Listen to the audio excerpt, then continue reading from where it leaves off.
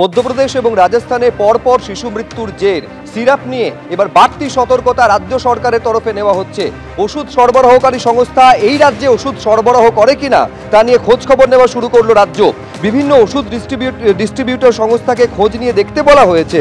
বিষয়টি নিয়ে খোঁজ খবর নিতে শুরু করেছে রাজ্য ড্রাগ কন্ট্রোলও। কেন্দ্রীয় স্বাস্থ্য ও পরিবার কল্যাণ মন্ত্রকের অ্যাডভাইজারি রাজ্যের সর্বত্র পাঠিয়ে দেওয়া হয়েছে। ওই সিরাপ বিক্রিতে নিষেধ করেছে Bengal chemist and druggist association. Sresan ফার্মাসিউটিক্যালসের কোল্ড্রিপ কাপ সিরাপ সহ 19 রকমের ওষুধ ব্যান করেছে তামিলনাড়ু। আর এরই মধ্যে খবর পাওয়া যাচ্ছে আরও এক শিশু মৃত্যুর ঘটনা ঘটেছে মধ্যপ্রদেশ এবং রাজস্থানে, যেখানে মোট 12 জনের খবর পাওয়া যাচ্ছিল, এই মুহূর্তে আরও এক শিশু মৃত্যুর খবর পাওয়া যাচ্ছে। এই নিয়ে পরপর 4 বার দেশের মধ্যে নিরাপদতম শহর হলো কলকাতা। এনসিআরবির ডেটাকে হাতিয়ার করে বিজেপিকে নিশানা করেছেন তৃণমূলের রাজ্যসভার সাংসদ সাকেত গোখলে। অন্যদিকে মেয়র ফিরহাদ হাকিম তিনি সোশ্যাল মিডিয়ায় পোস্টে লিখছেন, বিজেপি শাসিত রাজ্যের শহরগুলির হাল খারাপ, দিল্লি এবং সুরত তালিকা 2 এবং 3 নম্বরে। এটাই কি বিজেপির মতে কার্যকর আইন শৃঙ্খলা ব্যবস্থা?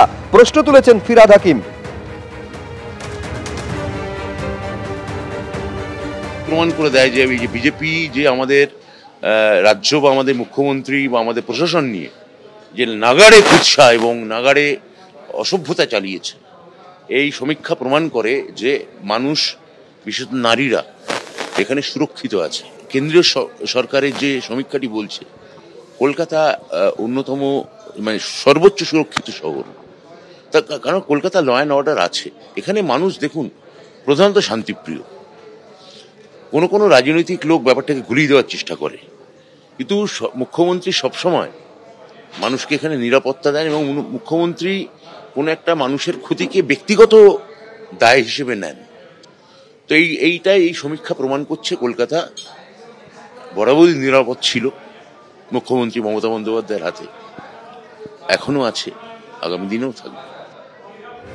একেবারে সরাসরি তৃণমূল কংগ্রেস নিশানা করেছে বিরোধীদের এনসিআরবির ডেটাকে হাতিয়ার করে, যেখানে এই প্রশ্ন তোলা হচ্ছে এই ডেটাকে হাতিয়ার করে যে এই শহরের আইন শৃঙ্খলা ব্যবস্থা কতটা সুদৃঢ় রয়েছে, রাজ্যে শান্তি শৃঙ্খলা বজায় রয়েছে বলেই পরপর 4 বছর রাজ্যের রাজধানী কলকাতা দেশের মধ্যে নিরাপদতম শহর হলো বলে দাবি করা হচ্ছে তৃণমূল কংগ্রেসের তরফে।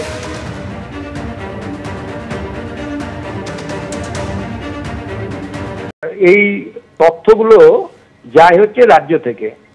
রাজ্যের মুখ্যমন্ত্রী যেখানে প্রকাশ্যে বলে প্রশাসনিক সভাতে যে আপনারা এফআইআর করার আগে ভেবেচিন্তে তদন্ত করে এফআইআর করবেন, অর্থাৎ ইনডাইরেক্টলি পরিষ্কার বলেন যে এফআইআর কম করার জন্য, তো স্বাভাবিকভাবে সেখানে এফআইআর হবে না, ঘটনা ধামাচাপা পড়বে। সেটাই হচ্ছে।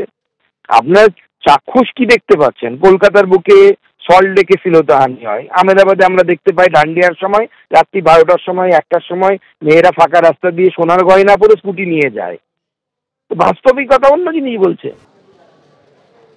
আরেকবার আপনাদের বলবো, এই নিয়ে পরপর 4 বছর দেশের মধ্যে নিরাপদতম শহর হলো কলকাতা। এনসিআরবি তথ্যকে হাতিয়ার করে সোশ্যাল মিডিয়ায় একের পর এক তৃণমূল নেতা, মন্ত্রী থেকে সাংসদ তারা বিজেপিকে নিশানা করছেন, বিরোধীদের নিশানা করছেন। পাশাপাশি বিজেপি শাসিত রাজ্যগুলির কি হাল এই পরিসংখ্যানও তুলে ধরছেন তারা। ফোনে আমরা যোগাযোগ করতে পেরেছি প্রদেশ কংগ্রেস মুখপাত্র সৌম্যাজ রায়ের সঙ্গে। সৌম্যদা, কি বলবেন যে রাজ্যের যে শহরের আইন শৃঙ্খলা ব্যবস্থা সম্পূর্ণ ভেঙে পড়েছে বলে বিরোধী দল হিসাবে বারে বারে আপনারা অভিযোগ তোলেন, এই রাজ্য সরকারের চলে যাওয়া উচিত বলে আপনারা প্রশ্ন তোলেন, সেই রাজ্যের রাজধানী পরপর 4 বার এনসিআরবি ডেটা বলছে দেশের মধ্যে নিরাপদতম শহর। দেখুন, আমরা পরিষ্কার একটা কথা বলি, কলকাতা বরাবরই নিরাপত্তা ছিল কলকাতার, এমন নয়, এটা ট্র্যাডিশনালি ভালো। কিন্তু একটা ক্লাসে দুটো ছেলের মধ্যে কম্পিটিশন করছে, কম্পিটিশনটা করছে দেখুন, বলছেন আমরা বিহারের থেকে ভালো, আমরা উত্তরপ্রদেশের থেকে ভালো। ভালো হওয়ার কি কোনো লিমিট আছে? পশ্চিমবঙ্গের কলকাতা শহর নিরাপত্তা বরাবরই ছিল, আর আগামী দিনেও থাকবে, এটাই তো আমরা চাই। কিন্তু পশ্চিমবঙ্গের সাম্প্রতিক ঘটনা, একটার পর একটা ঘটনা চোখে আঙ্গুল দিয়ে দেখিয়ে দিচ্ছে যে কলকাতা শহরও নিরাপদ নয়। আমরা তো ভালো হতে চাই, আরো ভালো হতে চাই, আরো মহিলারা নিরাপত্তা পাক। রাজ্যের কঙ্কালসার চেহারা এনসিআরবি রিপোর্ট কতদিন কোন সময় পর্যন্ত আছে? এই রাজ্যে বহু এমন কেস আছে যে এনসিআরবিতে রিপোর্ট হয় না, থানাগুলো রিপোর্ট দেয় না সঠিক সময়, থানাগুলো থেকে সঠিক সময় রিপোর্ট যায় না, আমরা বারবার বলছি, আমরা বিরোধীরা বলছি, আমরা খুশি নয়।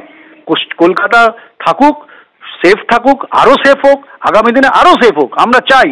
কিন্তু সেটা নিয়ে তৃণমূল বাদ্য বাজাতে শুরু করেছে, ঢাক বাজাতে শুরু করেছে, তার মানে কলকাতা দারুণ ভালো হয়ে গেল কম্পারেটিভ টু আদার্স। এটা ভাববার কোনো কারণ নেই। তার কারণ এই রাজ্যে আর্যরের মতো ঘটনা, দক্ষিণ কলকাতার মতো ঘটনা এবং একটার পর একটা নারী নির্যাতনের ঘটনা, মহিলা নির্যাতনের ঘটনা, শিশু নির্যাতনের ঘটনা এগুলো আসে। এনসিআরবি রিপোর্টে যেমন এটা দেখাচ্ছে, আবার এনসিআরবি রিপোর্টে এটাও আছে যে এই রাজ্য থেকে সব থেকে বেশি শিশু এবং মহিলা পাচার হয়। এই রাজ্য থেকে অনেক মানুষের অঙ্গ প্রত্যঙ্গ পর্যন্ত পাচার হয়। শুধু অর্ধেক রিপোর্ট দিয়ে অর্ধ সত্য জানিয়ে মানুষকে বুকা বানানো যাবে না। অনেক ধন্যবাদ সৌম্যদা আমাদের সঙ্গে কথা বলার জন্য। প্রদেশ কংগ্রেস মুখপাত্র সৌম্য রায়ের সঙ্গে আমরা কথা বললাম।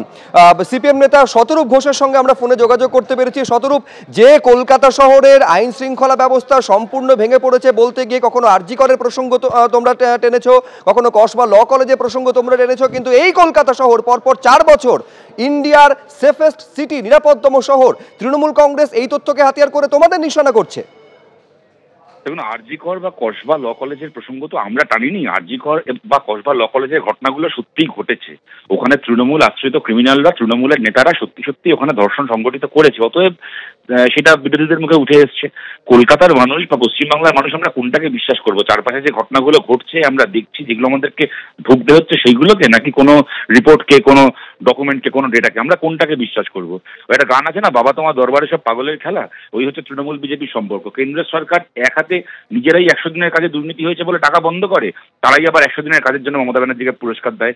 তারাই কখনো এসে রাজ্যে বলে যেখানে আইন শৃঙ্খলা নেই, শাসকের আইন চলছে, এখানে শোষকের আইন চলছে, তারাই আবার বলছে আইন শৃঙ্খলা নাকি এত ভালো, বলে তার আবার কি এনআরবি না এনসিবি কি রিপোর্ট বার করছে।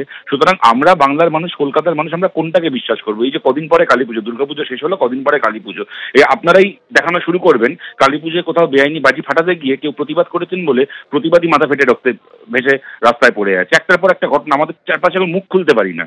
সাধারণ মানুষের এখন এমন অবস্থা হয়েছে, অপরাধ হওয়া ছেড়ে দিন, অপরাধের বিরুদ্ধে কেউ মুখ খুলতে গেলে তার উপর আরো বড় অপরাধ নেমে আসে। আপনারাই রাত দিন খবর করছেন। বলুন তাহলে আমরা যে খবরগুলোকে আমরা দেখছি, যেগুলোকে ভুগছি, সেগুলোকে বিশ্বাস করবো নাকি এই সমস্ত রিপোর্টকে বিশ্বাস করবো? এসবের মাথামুন্ডু সত্যি আমাদের মাথায় ঢোকে না। এগুলো তৃণমূল আর বিজেপির নেতারাই ব্যাখ্যা করতে পারবে।